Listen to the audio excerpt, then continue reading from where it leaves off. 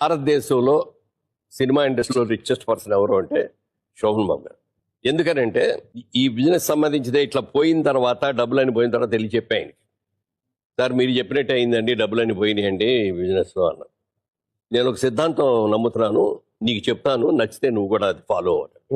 ఏంటండి అన్న, ఈ ప్రపంచంలో 3 వంతులు సముద్రం ఉంది, ఒక్కొంతే నేల ఉంది.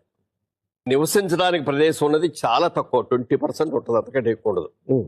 ఈ 20%కి సంవత్సరం జనాభా విపరీతంగా పెరిగిపోతున్నారు ప్రపంచం మొత్తం మీద, మన దేశమే కాదు, అన్ని చోట్ల. రాబోయే రోజుల్లో జనం విపరీతంగా పెరిగిపోయి సైట్స్ తగ్గిపోతాయి. సో ల్యాండ్కి విపరీతం గిరాకీ వస్తుంది రాబోయే రోజుల్లో అని ఒక ఆలోచనతో నేను సంపాదించిన ప్రతి పైసా రియల్ ఎస్టేట్ మీద పెడుతున్నాను, మొత్తం ప్రాపర్టీస్ కొంటాను అన్నాడు. ఇలా బిజినెస్ చేస్తే బాగుంటుందని ఆయన ప్రతి రూపాయి ల్యాండ్స్ మీద పెట్టాడు. అంటే ఆ